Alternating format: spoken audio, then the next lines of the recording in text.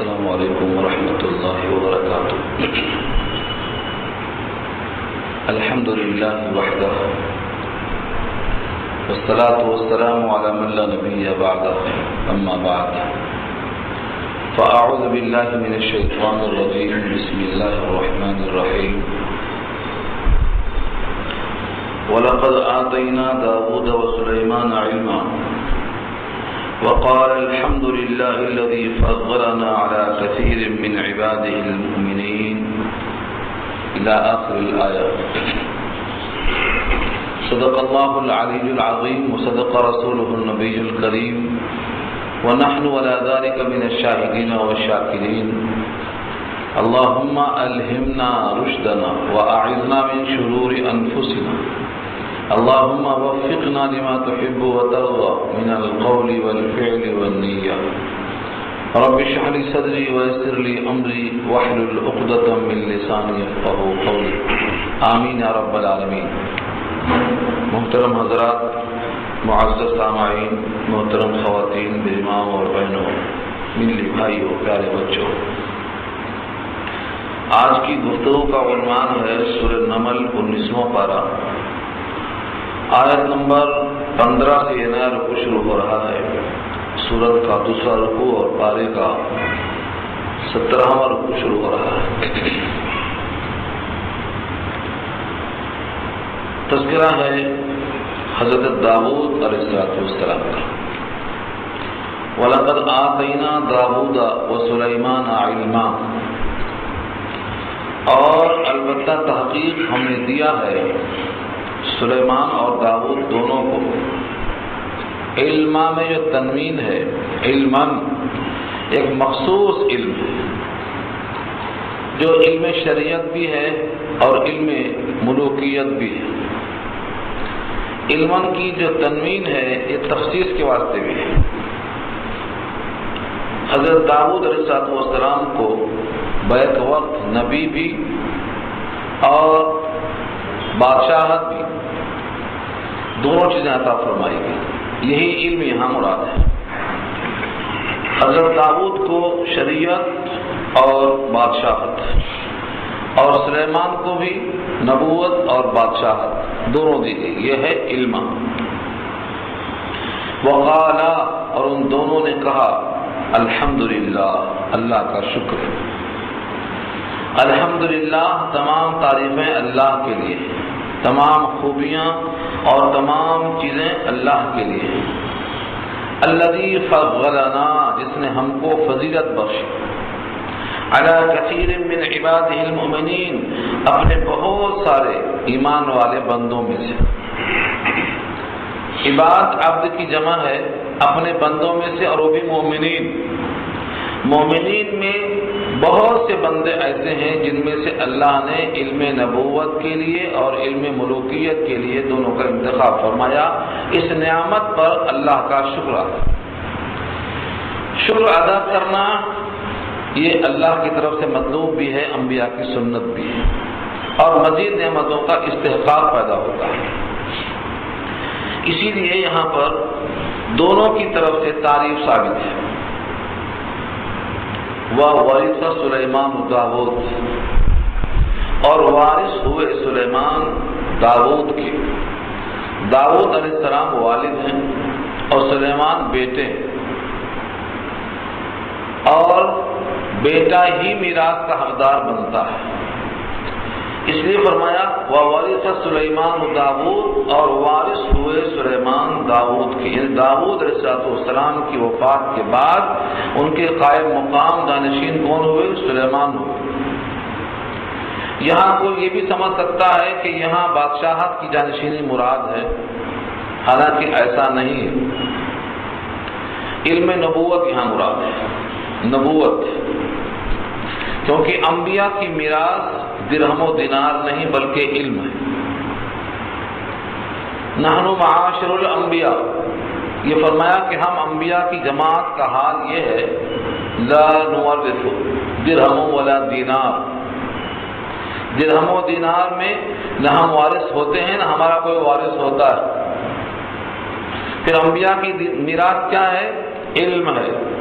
فمن اخذہ اخذ بحظ وافر، تو جتنا حاصل کرتا ہے اتنا اس کا وارث بنتا ہے۔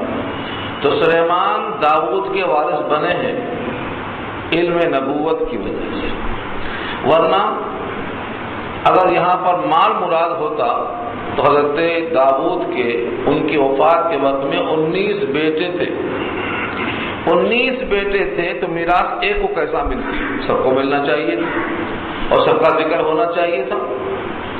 سب کا ذکر نہیں ہے، صرف ایک بیٹے کا ذکر ہے، اس سے صاف معلوم ہوتا ہے کہ یہاں علم کی میراث مراد ہے۔ تو وارث ہوئے سلیمان اور قائم مقام ہوئے سلیمان حضرت داؤد کی وفات کے بعد۔ وقال یا ایھا الناس، اور کہا اے لوگو، علمنا منطق الطیر واوتینا من کل شیء، لوگوں سے مخاطب ہو کے فرمایا اے لوگو، ہم کو پرندوں کی بولیاں سکھائی گئی، علمنا، ہم سکھلائے گئے، منطق الطیر، منطق کے معنی نطق، نطق کے معنی گویائی، اور الطیر کے معنی پرندے، پرندوں کے بولیوں کو سمجھنے کا ہمیں علم دیا گیا ہے، یہ کائنات میں کسی کو حاصل نہیں ہوا۔ وَأُوتِينَا مِن كُلِّ شَيْءٍ، اور ہم دیے گئے ہر چیز، من کل شے میں جو لفظ کل ہے یہ کسی بھی جنس کے ہر فرد کو شامل ہوتا ہے، لیکن یہاں پر عموم سے مراد ایسا عموم نہیں ہے کہ کائنات کی ہر چیز جو پیدا نہیں ہوئی وہ بھی شامل ہو جائے، بلکہ یہاں مراد ہے سلطنت کے لیے جن امور کی ضرورت ہے وہ تمام چیزیں ہم کو دی گئی، نبوت کے لیے، سلطنت کے لیے اور حکومت چلانے کے لیے جتنی چیزوں کی ضرورت ہے ان میں سے ہر چیز کو ہم کو اللہ نے عطا فرمایا۔ فوج ہے، لشکر ہے، جنات ہے، ہوائیں ہیں، ان سب کو ہمیں مسخر کر دیا، سب کو تابع کر دیا اللہ کے حکم سے۔ تو یہاں وہی چیزیں مراد ہیں، وَأُوتِينَا، ہم دیے گئے، من کل شے، ہر چیز، یعنی سلطنت، سامان، جتنے سامان سلطنت ہوتے ہیں سب ہم کو دیے گئے۔ اللہ تعالیٰ نے انبیاء کرام میں سے کچھ کو نبوت اور بادشاہت دونوں دی، جن میں یہ دونوں حضرات ممتاز ہیں، اور فرمایا کہ بادشاہت کے ساتھ نبوت اور ہر قسم کا ساز و سامان اور ہر قسم کے فوج، یہاں تک کہ ہماری حکومت صرف انسانوں پر نہیں بلکہ جناتوں پر بھی ہے، پرندوں پر بھی ہے، ہواؤں پر بھی ہے، ان تمام چیزوں پر حکومت یہ اللہ کی طرف سے ہمارے اوپر کھلا ہوا مہربانی اور فضل ہے۔ ان ھذا، بے شک یہ سب، لہوا، البتہ وہ الفضل المبین، کھلی ہوئی فضیلت ہے، اس میں کائنات میں کوئی شریک نہیں، کھلی ہوئی فضیلت ہے۔ اب اتفاق سے سلطنت کے جائزے کے موقع پر کہ فوج کی تیاری ہو رہی ہے، جائزہ لیا گیا، فرمایا وحشر لسلیمان جنود، جمع کیا گیا سلیمان کے لیے ان کا لشکر، لشکروں سے مراد فوج کے سارے اسباب، سب کو جمع کیا گیا، سلیمان کے سامنے لشکر کو پیش کیا گیا۔ جنود ہو، ان کے لشکر میں سے کون تھے؟ من الجن، جنوں میں سے، والانس، انسانوں میں سے، والطیر، پرندوں میں سے، یعنی اتنے قسم کے لشکر تھے ان کے پاس، ایک تو بطور نمونے کے ہیں، اور نہ طیر کہا کر جتنے پرندے ہیں سب مراد ہیں، جنات کہا کر جتنی ان کی اقسام ہیں سب مراد ہیں، اور انسان کہا کر کے اس وقت کے سارے انسان مراد ہیں، ان تمام کو جمع کیا گیا۔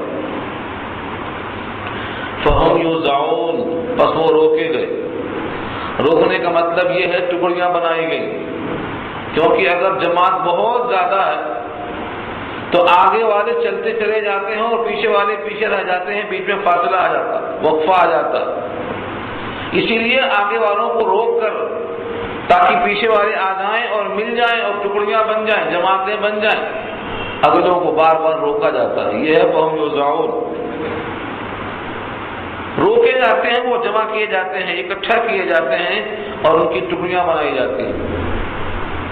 اس طریقے سے لشکروں کا جائزہ لیا، حتی یہاں تک کہ اذا اتوا علی واد، جب آئے ایک وادی پر، اور وادی کس کی تھی؟ وہ چمٹیوں کی وادی تھی۔ وادی کہتے ہیں دو پہاڑوں کے بیچ کی جو جگہ ہوتی ہے اس کو وادی کہا جاتا ہے، جیسے وادی لولاب۔ تو حتی اذا اتوا، یہاں تک کہ جب وہ لشکر پہنچا علی واد النمل، ایک چمٹی کے میدان پر۔ ظاہر یہ ہے کہ چمٹی نظر بھی نہیں آتی، اس میدان میں چمٹیاں تھیں، وہ میدان منسوب تھا چمٹیوں کی طرف۔ قالت نملۃ، ایک چمٹی نے کہا، یا ایھا النمل، اے چمٹیوں، ادخلوا مساکنکم، اپنے اپنے سوراخوں میں داخل ہو جاؤ۔ لا یحطمنکم سلیمان، سلیمان تمہیں رود نہ ڈالے، کچل نہ ڈالے، کیونکہ حتمہ کے معنی آتے ہیں رود ڈالنا، حتمہ پیروں سے کھدل ڈالنا۔ لا یحطمنکم سلیمان، تم کو سلیمان کھدل نہ ڈالے، وجنودہ، اور اس کا لشکر، وہم لا یشعرون، اس حال میں کہ ان کو شعور بھی نہ ہو کہ ہم کسی کو کھدل رہے ہیں۔ کون پیروں تلے آ گیا؟ بے خبری میں تمہیں کھدل نہ ڈالے۔ بہت سے پرندے ہیں جن کا ذکر حیات الحیوان میں لکھا ہے تفصیل کے ساتھ۔ حضرت امام شافعی فرماتے ہیں کہ سب سے ذہین کبوتر ہوتا ہے، لیکن ابن عطیہ فرماتے ہیں کہ سب سے زیادہ ذہین چمٹی ہوتی ہے۔ اس چمٹی کی ذہانت پر اسی کو پیش کیا، اور اس ایک آیت میں کتنی چیزوں کو پیش کیا ہے کبھی غور نہیں کیا۔ معمولی چمٹی ہے، لکھا ہے کہ چمٹی کو جب کوئی دانہ ملتا ہے تو اس کو فوراً 2 ٹکڑے کر دیتی ہے تاکہ اس کی قوت نمو ختم ہو جائے، اب اگنے کے لائق نہ رہ جائے۔ کتنے دن رکھو اب اس میں اگنے کی صلاحیت ختم ہو جاتی تو وہ کھانے ہی کام میں آئے گا، اور وہ سردیوں میں باہر نکلنا مشکل ہوتا ہے تو اس کا ذخیرہ کر کے رکھ دیتی ہے۔ چمٹی پر مستقل عنوانات۔ اس چمٹی کے لیے اتنی تیز ناک رکھا ہے اللہ نے کہ بہت دور سے سونگتے ہوئے پہنچ جاتی مقام تک۔ اس ایک آیت میں کتنی باتوں کو جمع کیا ہے علماء نے؟ دیکھو ایک بار لفظوں کو پھر دیکھو۔ قالت نملۃ، کہا ایک چمٹی نے، اس کا مخاطب کرنا، مخاطبت معلوم ہوئی۔ اس کے بعد میں لفظ یا ہے جو ندا کے لیے، اور ایھا ہے جو تنبیہ کرنے کے لیے اور تعین کرنے کے لیے ہے۔ اس کے بعد کہا مخاطب میرے نمل ہیں، میں بات مخاطب سے یعنی نمل سے، چمٹیوں سے بات کر رہی ہوں، تو مخاطب متعین کر رہی ہے۔ اور ادخلوا میں آرڈر ہے، داخل ہو جاؤ، یہ حکم نامہ ہے اس کا۔ مساکنکم متعین کر دیا، اپنے اپنے گھروں میں داخل ہو جاؤ، یہ حفاظت کے واسطے کا۔ لا یحطمنکم سلیمان، تمہیں سلیمان اس کا لشکر رود نہ ڈالے، یہ انجام سے باخبر کر رہی ہے۔ اس کے بعد آگے ہے وہم لا یشعرون، کہ ان کو شعور بھی نہ ہو، یہ ان کی طرف سے اعتذار بھی پیش کیا ہے کہ اس میں کوئی قصور نہیں ہے، وہ تو نبی ہیں، غلطی کر ہی نہیں سکتے، لیکن ان کے طرف سے اعتذار کو پیش کیا ہے کہ ان کا کھدل ڈالنا جان بوجھ کے نہیں ہے بلکہ بے خبری میں ہے، لیکن تمہارا تو کام ہو جائے گا، وہاں تو خبر بھی نہیں پہنچے گی کہ تم مارے گئے۔ ایک آیت میں کتنی باتوں کو پیش کیا، کتنی چیزوں کو سمیٹ دیا۔ کسی بات نے کہا کہ یہ بہت ذکی، بہت ہونہار، اتنی چھوٹی سی مخلوق ہے اور ایک پیغمبر کو ہنسانے کا ذریعہ بن جاتی ہے۔ پیغمبر نے اس کی بات کو سنا تو ان کو بے ساختہ ہنسی آ گئی، تبسم فرمایا اور ہنس پڑے کہ ایک چھوٹی سا جانور ہے، چھوٹی سی جان ہے، کتنی بڑی تڑپ ہے کہ پورے لشکر کے بارے میں باخبر کر رہی ہے اپنی قوم کو۔ فتبسم ضاحکا، تبسم اردو میں استعمال ہے، تبسم کے معنی آتے ہیں مسکرانا، لیکن جب آدمی کی مسکراہٹ پر قابو نہیں ہوتا ہے تو وہ ہنس پڑتا ہے، اس کو ضحک کہتے ہیں، اس کا دوسرا درجہ ہے ہنسنا، اور جب ہنسنے میں آدمی آگے بڑھ جاتا ہے تو اس کا نام ہے قہقہہ لگانا، جس سے قہوات کھل جاتے ہیں۔ تو پہلے تبسم فرمایا پھر ہنس پڑے۔ فتبسم ضاحکا من قولها، مسکراتے ہوئے ہنس پڑے۔ یعنی تبسم پر کفایت نہیں کیا بلکہ ان کو ہنسنا پڑا. کس بات سے ہنسی آ گئی ان کو؟ من قولها، چونٹی کے اس قول سے کہ ایک چمٹی ہے اور ایک بادشاہ کی فوج سے اپنے تمام ارکان کو اکٹھا کر کے باخبر کر کے محفوظ مقام پر داخل ہونے کا حکم پاس کر رہی ہے، اور ساتھ ساتھ یہ بھی اعتذار پیش کرتی ہے کہ سلیمان کا لشکر تمہیں کہیں کھدڑ ڈالے گا، تمہیں خبر بھی نہ ہوگی. اسی سے اللہ تعالیٰ نے سورت کا نام سورۃ نمل رکھا ہے، کیونکہ اس میں دعوت ہے. دعوت ہی انسان کو ممتاز بناتی ہے. جو دوسروں کی فکر کرتا ہے اس کی فکر کی جاتی ہے، اسی کو اللہ نے ہوش والا کہا. اسی مناسبت سے سورت کا نام سورۃ نمل رکھا ہے. فتبسم ضاحكا من قولها، ہنسی آ گئی، مسکراتے ہوئے تبسم فرماتے ہوئے ہنس پڑے اس کی چونٹی کی بات سے. وقال، اور بول پڑے. ایک تو چونٹی کی آواز کان میں آئی تو احساس ہوا کہ یہ بھی اللہ کی نعمت ہے کہ ہم کو چونٹی کی آواز آ گئی اور سمجھ میں آ گئی. اور یہاں چونٹی کا ذکر کیا، ورنہ حقیقت یہ جتنے کیڑے مکوڑے حشرات الارض ہیں سب کی آواز سمجھتے تھے آپ.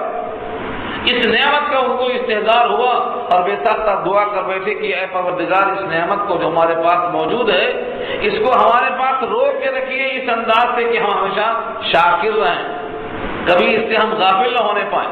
ربی، اے میرے پروردگار، اوزعنی، میری قسمت میں کر دیجئے، میرے واسطے اس چیز کو روک کر ایسا ہی باقی رکھیے، ان اشکرا، کہ میں شکر ادا کرتا رہوں، نعمتک التی انعمت علی، آپ کی وہ نعمتیں جو مجھ پر ہیں، وعلی والدی، اور میرے ماں باپ پر ہیں، وان اعمل صالحا ترضاه، اور یہ کہ میں کرتا رہوں ایسا عمل جو آپ کو پسند ہو، وَأَدْخِلْنِي بِرَحْمَتِكَ فِي عِبَادِكَ الصَّالِحِينَ، اور داخل فرما مجھ کو اپنے رحم و کرم سے، اپنی رحمت خاصہ سے آپ کے صالحین بندوں میں، آپ کے نیک بندوں میں.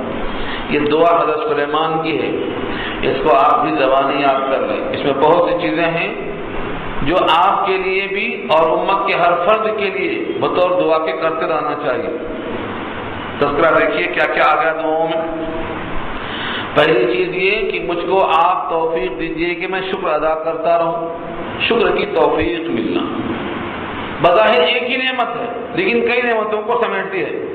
جب بندے کو شکر کرنے کا اللہ کی طرف سے انعام مل گیا تو مزید نعمتیں خود بخود آتی جائیں گی. لئن شکرتم لأزیدنکم، تم شکر ادا کرو میں اضافہ کروں گا، یہ وعدہ ہے. تو در حقیقت شکر کرنے کی توفیق ایک ایسا عمل ہے جو ساری نعمتوں کو سمیٹ لیتا ہے.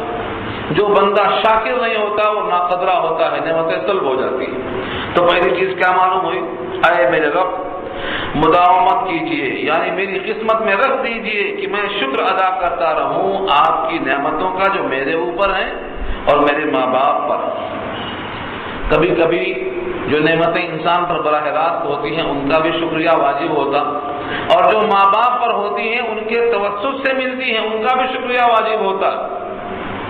جیسا کہ یہاں حضرت داؤد کی وراثت میں ان کو ملی ہے چیزیں، تو ان پر بھی نعمتیں اور ہم پر بھی نعمتیں، ان کا ہمیں شکریہ ادا کرنے کا موقع دیجیے، مداومت باقی رکھیے. دوسری چیز کیا ہے؟ وَأَنْ أَعْمَلَ صَالِحًا تَرْضَاهُ، عمل ایسا کروں کہ آپ کو پسند ہو. ایک تو یہ ہے کہ عمل کا صالح ہونا، ہر عمل صالح مقبول ہونا شرط نہیں ہے. بہت سے اعمال صالح ہونے کے باوجود مقبول نہیں ہوتے. تو ترضا میں اشارہ ہے کہ مجھے ایسا عمل صالح دیجیے جو آپ کو پسند ہو، یعنی آپ کے ہاں مقبول ہو. اسی لیے حضرت ابراہیم جیسے پیغمبر خانہ کعبہ کی تعمیر کرتے ہیں تو ربنا تقبل کی دعا کرتے ہیں، آپ اسے قبول کر لیجیے، کیونکہ بیت اللہ اللہ کا گھر ہے، مقدس مقام ہے، مقدس نبیوں کے ہاتھوں سے بن رہا ہے. اس میں قبول ہونا ہو اچھی چیز ہے، بہترین صالح عمل ہے، لیکن نہیں، یہ مقبولیت کا تقاضا کرتا ہے. تو ترضا سے معلوم ہوا ہمیں ایسے عمل صالح کی توفیق دیجیے جو آپ کو بہت پسند ہو. دنیا میں بہت سارے لوگ اچھے اعمال کرتے ہیں مگر وہ مقبول نہیں ہوتا. عمل صالح کا مقبول ہونا لازم نہیں ہے، اللہ کی مرضی پہ موقوف ہے، وہ چاہے تو قبول کریں چاہے تو قبول نہ کریں۔ بندے پر لازم ہے کہ ہمیشہ ہر عمل صالح کے مقبول ہونے کی دعا کرتا رہے۔ وَأَدْخِلْنِي بِرَحْمَتِكَ فِي عِبَادِكَ الصَّالِحِينَ، اور داخل فرما مجھ کو اپنے صالحین بندوں میں۔ یہ سلیمان ہے، پیغمبر ہے، صالحین میں ہے، زمرہ انبیاء میں ہے۔ اب کون سا مقام چاہیے؟ مداومت مراد ہے کہ جیسے مجھے آپ نے انبیاء میں شامل کیا ہے اس کو باقی رکھیے، اور یہ امت کی تلقین کے لیے ہے کہ بندے کو چاہیے کہ صالحین میں ہونے کی دعا کرتا رہے۔ کیوں؟ کیونکہ نیک عمل پر بھروسہ کر کے بیٹھ جانا کافی نہیں۔ قرطبی نقل کرتے ہیں، بخاری کی روایت 2 مقام پہ آئی ہے کہ تم میں سے کوئی شخص محض اپنے عمل کے بلبوتے پر جنت میں نہیں جا سکتا۔ صحابہ نے پوچھا ولا انت یا رسول اللہ، کیا آپ بھی؟ فرمایا ہاں میں بھی، مگر مجھ کو اللہ نے اپنی رحمت خاصہ میں ڈھانپ رکھا ہے۔ تو خلاصہ یہ نکلا کہ عمل کر کے، عمل صالح کر کے مطمئن ہو کر کے بیٹھنا نہیں ہے، عمل صالح کے مقبول ہونے کی دعا کرنا ہے اور نیک بندوں میں شامل ہونے کی دعا کرنا ہے۔ وَأَلْحِقْنِي بِالصَّالِحِينَ دوسرے نبی کی دعا ہے، اور یہاں پر وَأَدْخِلْنِي بِرَحْمَتِكَ فِي عِبَادِكَ الصَّالِحِينَ یہ بھی نبی کی دعا ہے۔ اس لیے ہمیشہ صالحین کے زمرے میں شامل ہونے کی دعا کرتے رہنا چاہیے، اور یہ اللہ کے فضل پر موقوف ہے، عمل پر موقوف نہیں ہے۔ وَتَفَقَّدَ الطَّيْرَ ایک واقعہ پیش کیا گیا یہاں سے۔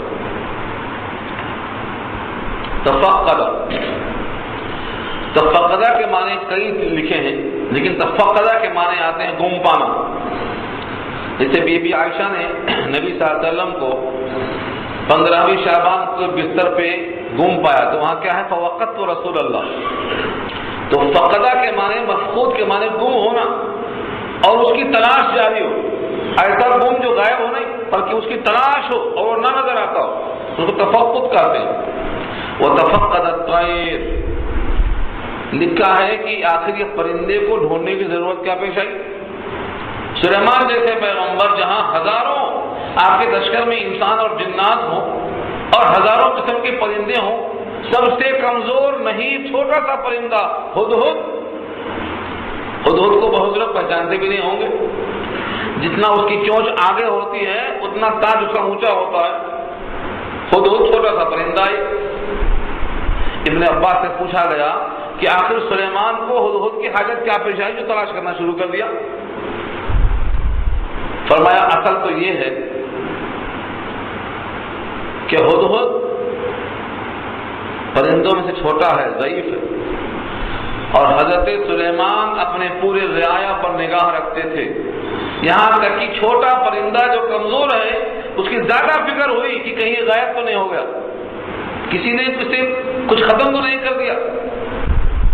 اس پر ایک لمبی تقریر لکھا امام قرطبی نے کہ ہر حاکم اور ہر خلیفہ اپنے کمزور رعایا کی پوری فکر کرتا، اسی لیے جناب عمر راتوں کو گشت کرتے تھے اور فرماتے تھے اگر کسی جنگل کے کنارے پر بھی کسی بھیڑیے نے بکری کو کھا لیا تو عمر کو اس کی فکر کرنا ہے کہ میرے سلطنت میں کیوں ایسا ہوا۔ تو کمزوروں پر نگاہ رکھنا ایک مقصد ہے۔ دوسرا لکھا ہے ابن عباس نے کہ اصل میں پانی کی حاجت تھی، پانی کی حاجت تھی، اور اس پرندے کو اللہ نے یہ خوبی دے رکھی ہے کہ زمین کے نیچے پانی کہاں ہے، کتنی مقدار میں ہے، یہ بہت آسانی سے پتہ لگا سکتی ہے۔ اب تک لوگوں کو خبر نہیں، لوگ کیا کرتے ہیں ہاتھ میں ناریل لے کے پھرتے ہیں، ناریل اس سے پانی کا پتہ چلاتے ہیں، لیکن یہ پتہ نہیں ہے ہزاروں سال پہلے سلیمان کی سلطنت میں ہدہد نے پانی زمین میں کتنا نیچے ہے اس کو معلوم ہوتا، تو پانی کی طلب کے لیے ان کو بلایا گیا تھا، اتفاق وغیرہ سے نکلے پانی یہاں ہے اتنے فٹ نیچے ہے، یہ معلوم ہونے کے بعد جناتوں کو حکم دیتے وہ کھود کے نکالتے، آنند پانی نکل جاتا، تو جہاں بھی جاتے پانی کا دستیاب ہونا آسان تھا آپ کے لیے۔ ہدہد کو غائب پایا تو پانی کو نکالنے کے لیے تلاش جاری ہوئی ان کی. اس میں لکھا ہے، عجیب و غریب بات لکھا ہے لوگوں نے. ہمارے پاس مثلا مشہور ہے بریانی، اوپر چاول دکھا اور نیچے جو ہے مرغی کی ٹانگ ہے، اور بزرگ کو نظر نہیں آئی. اس نے کہا سالن لاؤ، تو اس کو مارنا شروع کر دیا. تم بولتے ہو مجھے غیب کی خبر ہے، اور جو پلیٹ کے نیچے ہے مرغی، اس کی خبر نہیں ہو رہی تمہیں. مگر یہاں کچھ ایسا ہی مسئلہ نظر آ رہا ہے. حدود کے بارے میں لکھا ہے کہ جو جال ڈالتا ہے شکاری تو بڑے سکون سے پھنس جاتی ہے، یہ اس جال میں پھنس جاتی ہے، جال نظر نہیں آتی. لیکن اللہ کی شان دیکھو، زمین کے اندر پانی نظر آتا ہے لیکن زمین کے اوپر کی جال نظر نہیں آتی. تو جب اللہ چاہتے ہیں تو تدبیریں کام میں نہیں آتی، عقلیں کام میں نہیں آتی. وہ چاہتے ہیں تب پھنستی ہے جال میں، نہیں چاہتے ہیں تو نہیں پھنستی ہے وہ. تو یہ تدبیر ہے اور وہ تقدیر ہے، اللہ کی قدرت ہے. تو پرندے کو غائب پایا، وتفقد الطير، پرندہ غائب ہو گیا. فقال، تب کہا، ما لیا، مجھے کیا ہو گیا ہے، لا ارى الهدهد، میں ہدہد کو نہیں دیکھ رہا ہوں. لہجہ دیکھو، صوفیہ نے تو بہت مزہ لیا ہے اس جملے سے. ما لیا، مجھے کیا ہو گیا، لا ارى الهدهد، کہ میں ہدہد کو نہیں دیکھ پا رہا ہوں. یہ نہیں کہا ہدہد کو کیا ہو گیا ہے کہ وہ غیر حاضر ہو گیا، یہ نہیں کہا. مجھے کیا ہو گیا ہے کہ میں نہیں دیکھ پا رہا ہوں ہدہد کو. جنات کو دیکھ رہا ہوں، انسان کو دیکھ رہا ہوں، فوجیوں کو دیکھ رہا ہوں، لشکر کو دیکھ رہا ہوں، ہدہد کو نہیں دیکھ پا رہا ہوں. کیا بات ہے، مجھ میں کیا ہو گیا. اہل سلوک لکھتے ہیں جب آدمی کسی عمل میں کوتاہی محسوس کرتا ہے تو وہ اپنا جائزہ لیتا ہے کہ میرے اندر کون سی خرابی آ گئی کہ یہ خوبی میری کم ہو گئی. جائزہ لیتا ہے. جب کسی بھی کام میں ناکامی ہوتی ہے، اہل اللہ دوسروں پر نگاہ نہیں ڈالتے، اپنے اعمال کا محاسبہ شروع کرتے. میرا کون سا عمل خراب ہو گیا، میرے اخلاص میں کہاں کمی آ گئی، اور مجھ میں کہاں ایسا نقص پیدا ہو گیا کہ میرے اندر سے خوبی سلب کر لی گئی. تلاش کرنا شروع کر دیتے. اسی انداز کا یہاں بھی طریقہ ہے. وما لی لا ارى الهدهد. اور کبھی کبھی یہ بتانے کے واسطے محسوس ہوتا ہے کہ ہو سکتا ہے یہاں وہ موجود ہو مگر میں نہ دیکھ سک رہا ہوں. تو لہذا اس کوتاہی کو کسی کی طرف منسوخ کرنے کے بجائے اپنی ہی طرف منسوخ کرنا اچھا ہے. جیسے پارہ 23 میں کہا ہے وما لی لا اعبد الذی فطرنی والیہ ترجعون. مجھے کیا ہو گیا ہے کہ میں اس کی بندگی نہ کروں، مجھے کیا ہو گیا ہے کہ میں اس کی بندگی نہ کروں جس نے تم کو پیدا کیا، جس نے مجھ کو پیدا کیا، اور جس کے پاس تم سب کو لوٹ کر جانا ہے. اشارہ یہ ہے کہ تم کو بھی کرنا چاہیے کیونکہ تم کو اس نے پیدا کیا ہے اور تمہیں اسی کے پاس پہنچنا ہے.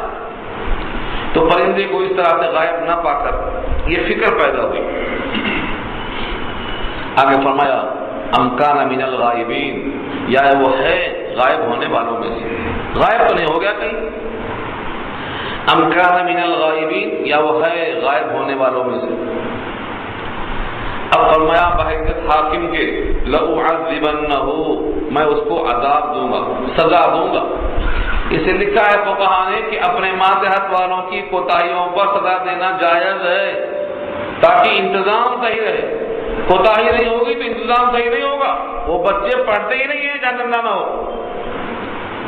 اللہ کے نبی نے دعا دی ہے اللہ تعالیٰ اس شخص کے چہرے کو تر و تازہ رکھے جو اپنے بچوں کی تنبیہ کے واسطے لٹکا کے رکھتا ہے. پورا مارتا ہے نہیں، لٹکا کے رکھتا ہے. ڈرانا، تنبیہ کرنا، انتظام اس کے بغیر چلتا ہی نہیں. تو فرمایا لأعذبنہ، میں اس کو عذاب دوں گا، سزا، مگر کہتی عذاباً شدیدہ، سخت سزا دوں گا.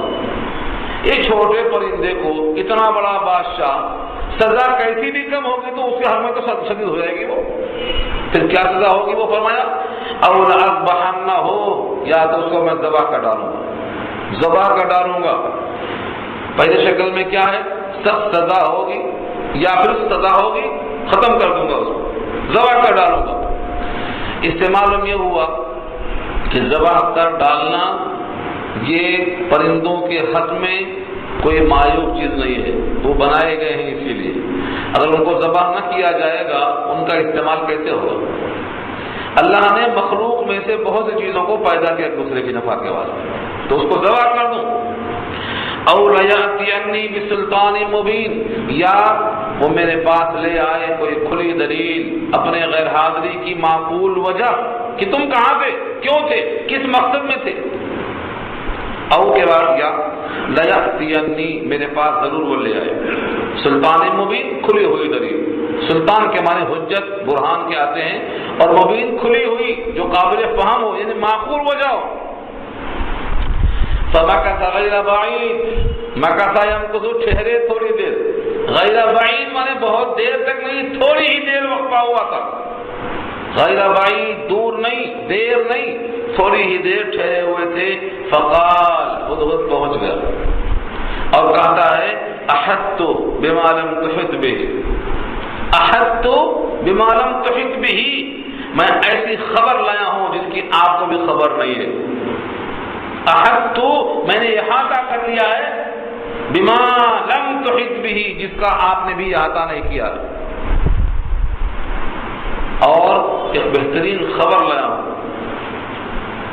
وجئتک میں لایا ہوں آپ کے پاس، من سبع ملکہ سبا سے، بنبأ نبأ کے معنی خبر اور یقین صفت ہے اس کی، بنبأ یقین، یقینی خبر لایا ہوں ملکہ سبا کے پاس سے، اور یہ ایسی خبر ہے جس سے آپ بھی باخبر نہیں ہیں۔ کہتے ہیں کہ اپنے سے بڑوں سے ایسی گفتگو، ایک تو نبی ہیں، دوسرے بادشاہ ہیں، چھوٹا سا پرندہ کہتا ہے میں ایسی خبر لایا ہوں، مجھے ایسا علم ہوا ہے کہ تم کو بھی اس کا علم نہیں ہے۔ یہ تو گستاخانہ انداز ہے، کسی چھوٹے کو بڑے سے ایسی بات نہیں کہنا چاہیے، معلوم یہ تو نہیں کہنا چاہیے، پھر ایسا کیسے کہا اس نے؟ علامہ عروسی لکھتے ہیں روح المعانی میں، اصل قصہ یہ ہے اپنی غیر حاضری کی وجہ کو مدلل اور معقول بتانے کے لیے یہ چیلنجنگ انداز ہے کہ میں ایسی خبر لایا ہوں جو آپ کو بھی خبر نہیں ہے، اب بتاؤ میرا غیر حاضر ہونا عام ہے یا نہیں عام؟ تو اپنی غیر حاضری کی وجوہات میں سے ایک معقول دلیل پیش کرنے کے واسطے اس نے ایسا انداز اختیار کیا ہے، اور نہ عام طور سے چھوٹے کو بڑے کے سامنے ایسا بے ادبی کا مظاہرہ نہیں کرنا چاہیے۔ بہرحال ہو منع، یہاں یہ خاص وجہ ہے، جان کے زیادہ پڑھ رہے ہیں، مرنے کا وقت آ رہا ہے، اگر وجہ معقول ثابت نہیں ہوئی تو جواب کر دیے جائیں گے، اسی لیے اپنی جواب کو معقول بتانے کے واسطے کہا گیا۔ ایسی خبر میں لے کے آیا کہ آپ کو بھی اس کی خبر نہیں ہے، اور بہترین خبر ہے، اور صاحب نے کیا کہا، نبعین یقین، ایسی خبر ہے جو یقینی ہے، جس میں شک کی کوئی گنجائش نہیں ہے۔ اب وہ خبر کیا سناتے ہیں، انی وجدت میں نے پایا، بے شک میں نے پایا، امرأتن ایک ایسی عورت، یہی ہے بلقیس، بلقیس یہی خاتون ہے بلقیس۔ بلقیس کی تاریخ بہت لمبی چوڑی ہے، ان کو سنانے کے واسطے یہ لمحات کافی نہیں ہیں۔ بلقیس ہے تو عورت اور اس کا باپ انسان ہے، لیکن بلقیس کی ماں جنیہ ہے۔ شادی کیوں ہوئی، کیسے ہوئی، ایک لمبی تاریخ ہے، ادھر نہیں جاؤں گا میں، آپ پڑھ لیجئے، ہمارے قرآن دیکھ لیجئے۔ شادی ہوئی، ابھی باہر سے آنے کا سکتا میں، جنیہ سے شادی کرنا جائز ہے ناجائز ہے وہ سب یہاں نہیں ضرورت ہے، لیکن اتنی بات صحیح ہے کہ ملکہ بلقیس کی ماں جنیہ ہے،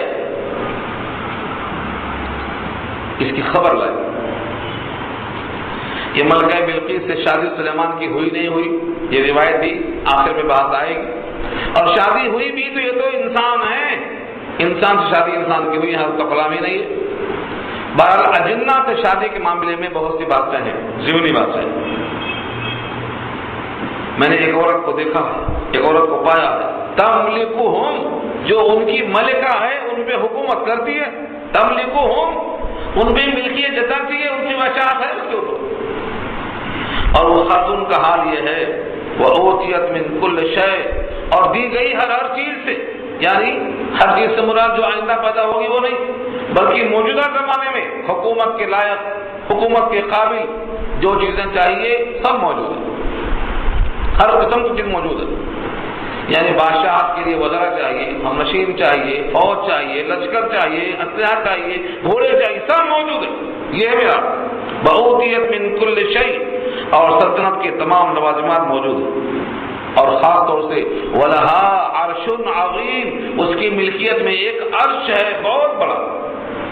عرش کے معنی تخت۔ لکھتے ہیں 80 بائی 40 کا تھا یہ، 80 لمبائی ہے اور 40 چوڑائی ہے اور 30 اس کی اونچائی ہے، اتنا بڑا تخت ہے۔ اور اس میں جو جڑاؤ کا کام تھا زبرجست ہے، لولو ہے، اور نہ جانے کتنے قسم کے موتی تھے اس کے اندر لگے ہوئے تھے۔ آگے تو وضاحت آ رہی ہے۔ سلیمان نے اس میں سے تمام چیزوں کو چھین کر کے اس کو ایسا بگاڑ دیا تھا کہ پہچاننا مشکل تھا۔ کیسے بگاڑا تھا؟ ان کو اتار لیا تھا۔ اس کے پائے جو تھے زبرجست کے تھے، لولو کے تھے، یہ بہترین قسم کا جو ہے عرش تھا۔ اس واسطے کہا عرش عظیم، بہت بڑا عرش تھا، بڑا قیمتی تخت تھا یہ۔ اسی تخت پر ملکہ بیٹھا کرتی تھی۔ اس تخت کو اٹھا کر لانے کا ذکر اس کے بعد کے رکوع میں انشاءاللہ آ رہا ہے۔ وہ تخت پر بیٹھ کر بادشاہت کرتی ہے، بڑا راج کرتی ہے۔ وجدتها وقومها، ہم نے اس عورت کو پایا ہے اور اس کی قوم کو پایا ہے، یسجدون للشمس، کہ وہ سجدہ کرتے ہیں سورج کے لیے۔ اب کہتے ہیں سورج پرست ہیں، بعض فرقے ہیں مجوسی جو ہر قسم کی روشنی کو سجدہ کرتے ہیں، چاہے وہ آگ کی ہو یا سورج کی ہو۔ تو مجوسی ہیں، آتش پرست ہیں، یا پھر سورج کی پوجا کرنے والے ہیں۔ ہمارے پاس بھی بہت سے لوگ مختلف انداز سے اس سے متوجہ ہوتے ہیں۔ تو سجدہ یہ کرتے ہیں کس کی؟ سورج کی۔ من دون اللہ، اللہ کے علاوہ سے، اللہ کو چھوڑ کے سجدہ کر رہے ہیں، اللہ تعالیٰ کی طرف توجہ نہیں کرتے ہیں۔ وَزَيَّنَ لَهُمُ الشَّيْطَانُ أَعْمَالَهُمْ، اور آراستہ کر دیا ہے، زینا مزین کر دیا ہے، ڈیکوریٹ کر دیا ہے شیطان نے ان کے برے کاموں کو، کہ مست ہے اسی میں ان کے سارے برے کام۔ تو معلوم کیا ہوا؟ شیطان ایسا کر دیتا ہے کہ آدمی برے کام کو برا سمجھتا ہی نہیں، اچھا سمجھنے لگتا۔ وَزَيَّنَ لَهُمُ الشَّيْطَانُ، شیطان نے ان کے اعمال بد کو ان کے حق میں آراستہ کر دیا تھا، مزین کر دیا تھا۔ فَصَدَّهُمْ عَنِ السَّبِيلِ، پس روک دیا ان کو راستے سے، یعنی صحیح راستے سے، صراط مستقیم سے، حقیقی راستے سے۔ السبیل میں جو الف لام ہے وہ صراط مستقیم ہی کے واسطے روک دیا۔ فَهُمْ لَا يَهْتَدُونَ، بس ان کو ہدایت نہیں ہو رہی، بس ان کو راستہ نہیں مل رہا۔ یعنی یہ کہ لا يسجدوا للہ، یہ کہ وہ سجدہ نہیں کر سک رہے ہیں اللہ کا، سجدہ نہیں کر رہے ہیں اللہ کا۔ کیوں نہیں سجدہ کرتے ہیں اللہ کا؟ کیونکہ ان کو ہدایت نہیں مل رہی ہے، اور شیطان نے ان کے برے کاموں کو اچھا کر کے پیش کر دیا۔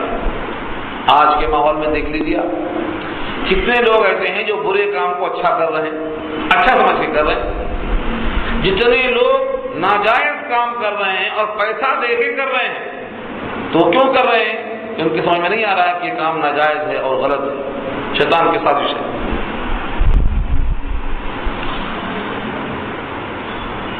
اللہ یسجدوا للہ، کیوں نہیں سجدہ کرتے وہ اللہ کو؟ اب اللہ کو سجدہ کیوں کریں؟ اس کی کیا دلیل پیش کیا؟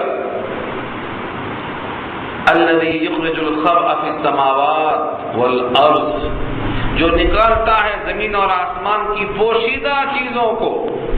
خبأ یخبئ کے معنی آتے ہیں کسی پوشیدہ چیز کو باہر لانا۔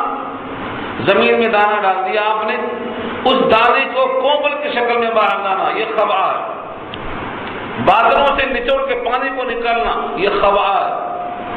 ایک صحابی نابینا تھے، حضور کے پاس آئے، ان کو لباس کی ضرورت تھی۔ حضور نے کہا خبأت لک، تیرے واسطے چھپا کے رکھا میں نے، مجھے معلوم تھا تو آئے گا، تیرے واسطے میں نے چھپا کے رکھا ہے ایک نسخہ نکال کے دیا۔ تو وہاں لفظ کیا ہے؟ خبأت، کسی چیز کو پوشیدہ رکھنا یا اس کو نکالنا۔ تو جو اللہ پوشیدہ چیز کو آسمانوں سے زمین سے نکالتا ہے، اسی کا حق ہے کہ سجدہ اسے کیا جائے۔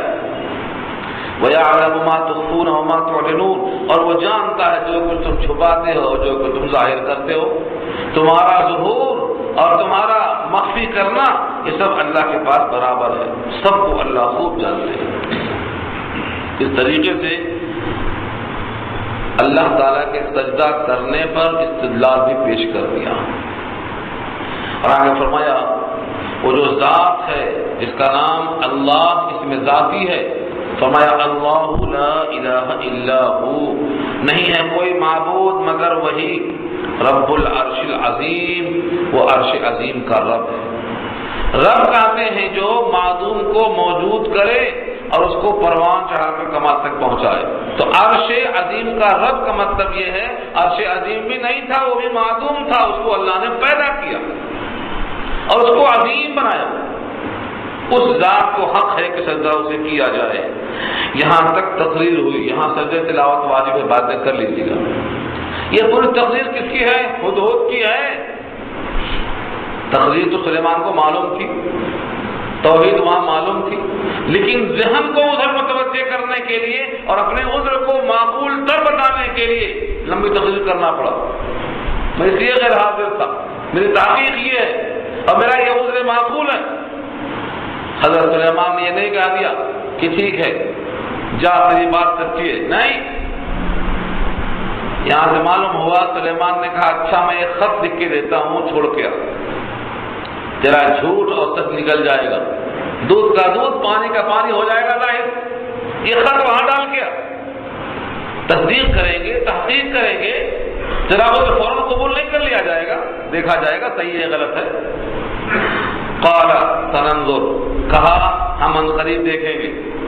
سا کے معنی عنقریب، مضارع میں سین لگتی ہے تو عنقریب کے معنی میں ہے سننظر، ہم غور کریں گے، اور صیغہ جمع ہے ننظر، بادشاہت کی جلال کو ظاہر کرنے کے لیے صیغہ جمع استعمال کیا۔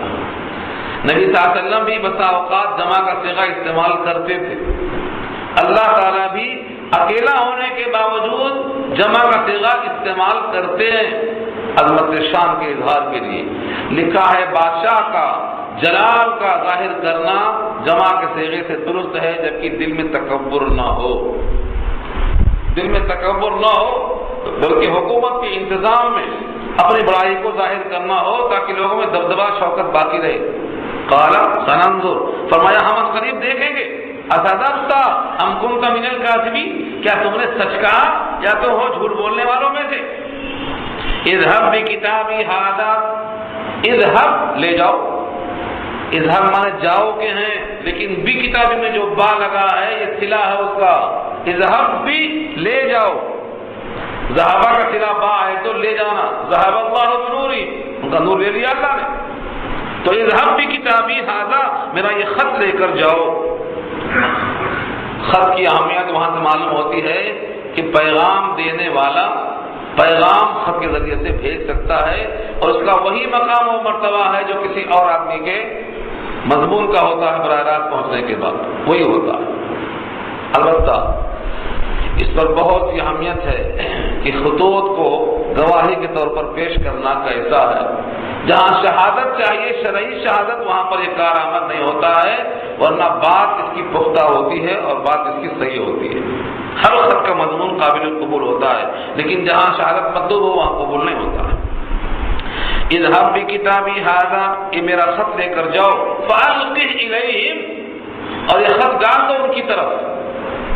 ہدہد نے چور میں پکڑا، لے کے چلا۔ بعض کہتے ہیں وہ محفل میں تھی، بعض کہتے ہیں کمرے میں تھی، روشن دان میں پہنچ گیا، سینے پہ رکھ کے آ گیا۔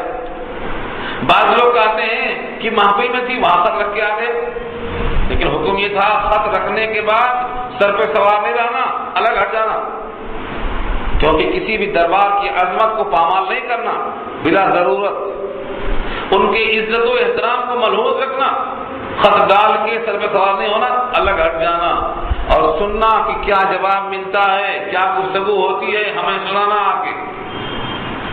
فالقہ الیہم، خط کو ان کی طرف ڈال دو، ثم تولی عنہم، پھر ان سے الگ ہٹ جانا۔ تولی عنہ کے معنی پیٹھ پلٹا کے الگ ہٹ جانا، ہٹ جانا، الگ ہو جانا۔ فانظر، اب غور سے دیکھنا، فانظر ماذا یرجعون، کہ وہ کیا جواب دیتے ہیں، ان کا کیا جواب ملتا ہے، غور کے ساتھ دیکھنا۔ حضرت سلیمان کا یہ خط لے کر پہنچ گئے اور ہدہد نے یہ خط پہنچا دیا۔ خط ملکہ کے ہاتھ میں پہنچ گیا، ملکہ نے خط کو پڑھ لیا، اس کو سمجھ میں آ گیا۔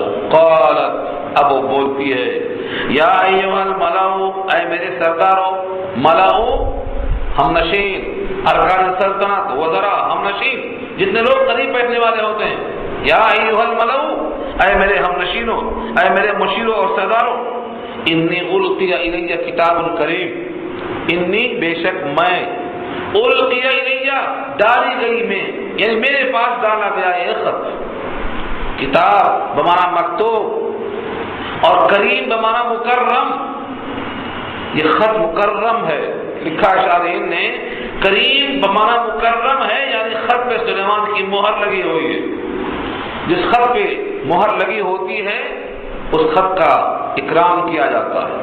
خود نبی صلی اللہ علیہ وسلم کے بارے میں سیر کی کتابوں میں لکھا ہے، بخاری میں روایت موجود ہے، جب آپ کو معلوم ہوا کہ بادشاہوں کا طریقہ یہ ہے کہ وہ خط نہیں پڑھتے جس پر مہر نہ لگی ہو، اسی ضرورت کے لیے رسول اللہ صلی اللہ علیہ وسلم بنوایا مہر، اور وہ مہر بھی 3 سطروں میں تھی، نیچے محمد، اوپر رسول، اس پر اللہ، محمد رسول اللہ، 3 سطریں بنائی تھی، اور آپ کے ہتھیلی کے اندرونی حصے میں پہنا کرتے تھے آپ، کیوں؟ شو نہیں کرنا تھا، لوگ سنت کا انگوٹھی پہنتے ہیں لیکن کہاں رکھتے ہیں؟ اوپر رکھتے ہیں، اور پھر کوئی ضرورت نہیں ہے، بطور ضرورت کے یہاں پہنایا گیا، وہ انگوٹھی آپ کے ہاتھ میں تھی، صرف اسی کام کے لیے تھی۔ تو ایسے خط کو معزز کہتے ہیں، مکرم کہتے ہیں، محترم کہتے ہیں، کیونکہ وہ خط مختوم ہوتا ہے، تو یہاں پر مکرم کے معنی مختوم، انی القی الی کتاب کریم، ڈالا گیا میرے پاس ایک ایسا خط جو انتہائی کریم ہے، انتہائی باوقار ہے، یعنی اپنے مضمون کے لحاظ سے بڑا اہم ہے۔ خط کو مکرم کا مہر لگانے کے ساتھ لکھا ہے شارحین نے، خط کو کھلا دینے کے بجائے اس کو بند کر کے دینا زیادہ بہتر ہے، زیادہ مستحسن ہے۔ خط میں کیا لکھا ہوا تھا؟ انہ من سلیمان، بے شک یہ سلیمان کی طرف سے۔ اس سے معلوم ہوا کہ سب سے پہلے خط لکھنے والا اپنا نام لکھے کہ خط کہاں سے جا رہا ہے، تاکہ مخاطب خط پڑھتے ہوئے اس کے ذہن کو دیکھ کر بات کرے، مضمون سمجھنے میں آسانی ہو جاتی ہے، اسی ماحول میں پڑھتا وہ خط۔ انہ من سلیمان، کہ بے شک وہ سلیمان کا، وانہ بسم اللہ الرحمن الرحیم، اور بے شک وہ خط کا مضمون کیا ہے؟ بسم اللہ الرحمن الرحیم، جس کے معنی تو آپ کو جانتے ہیں، شروع کرتا ہوں اللہ کے نام سے جو بے حد مہربان نہایت رحم والا ہے۔ یہ مضمون سے خط لکھا، خط میں شروع کیا اپنے نام سے اور اللہ کے نام سے ظاہر فرمایا۔ اب یہاں یہ بات طویل ہے کہ پہلے اپنا نام لکھنا یا پہلے اللہ کا نام لکھنا، بسم اللہ الرحمن الرحیم کو لکھنا۔ ایسے خطوط جو آج کل لوگ پھینک دیا کرتے ہیں، اس پر لکھنا کیسا ہے؟ سنت ضرور ہے، لیکن آج کل لوگ خطوں کی بے حرمتی کر رہے ہیں۔ اگر اندیشہ ہے بے حرمتی کا تو نہ لکھنا، زبان سے پڑھ لینا بھی کافی ہے۔ زبان سے پڑھ لینا لکھتے ہوئے اور نہ لکھنا اس احساس سے کہ کہیں اس کی بے حرمتی نہ ہونے پر، درست لکھا ہے۔ انہ من سلیمان وانہ بسم اللہ الرحمن الرحیم، یہ تو بھیجنے والے کا نام ہوا، اللہ کے نام سے شروع ہو گیا۔ اصل خط کا مضمون کیا ہے؟ انتہائی مختصر، انتہائی جامع، اور اعجاز قرآنی کا ایک شاہکار۔ خط ایسا لکھا جاتا ہے کہ بات کوئی بھی نامکمل نہ ہو، لکھنے والے کا لب و لہجہ ظاہر ہو اور پورا اسلوب بتا دے کہ ہم کیا چاہتے ہیں۔ اللہ تعلو علی واتونی مسلمین، میرے خلاف زور آزمائی نہ کرنا۔ اللہ یہ کہ لا تعلو، بلندی مت کرو، یعنی زور آزمائی مت کرو، میرے مقابلے میں تکبر مت کرو۔ واتونی، اور چلی آؤ سیدھا میرے پاس، مسلمین، حکم بردار بن کر، اطاعت گزار بن کر چلے آؤ۔ یہ ہے خط کا مضمون ایک سطر میں۔ میرے خلاف طاقت آزمائی نہیں، میرے خلاف بڑائی نہیں، میرے مقابلہ میں تکبر نہیں۔ لا تعلو علی، اعلیٰ جو آتا ہے یہ مخالفت کو ظاہر کرتا ہے۔ لا تعلو علی، میرے مخالفت میں برائی ظاہر مت کرو۔ واتونی، میرے پاس سیدھا چلی آؤ، مسلمین، حکم بردار ہو کر۔ اس خط پر بہت طویل کلام کیا گیا ہے، کہ خط میں ایک بات معلوم ہو رہی ہے کہ خط لکھنے والا کوئی بہت زیادہ پر اثر ہے، یا تو ملکہ بلقیس نے معلوم کرا لیا ہوگا کہ بھائی خط بھیجنے والا کون ہے، اتنا زوردار خط ہے۔ اور یہ بھی ہو سکتا ہے چھوٹے لوگ بڑوں کو جانتے ہیں لیکن بڑے لوگ چھوٹوں کو نہیں جانتے ہیں۔ سلیمان نہیں جانتے ہیں کہ بلقیس کون ہے کیا ہے، لیکن بلقیس کو معلوم ہے کہ سلیمان کون ہے، یہ ممکن ہے۔ اسی واسطے اس خط کے لب و لہجے کو پہچان کر اس نے کہا اس کا جواب دینے کے لیے مشورہ کرنا پڑے گا، اور مشورہ کرنے کے لیے تمام ارکان کو جمع کر کے بات رکھی جائے گی، اور وہ یہاں سے نیا رکو شروع ہوتا ہے۔ یہ مشورہ انشاءاللہ آئندہ آئے گا، دعا کر دیجیے۔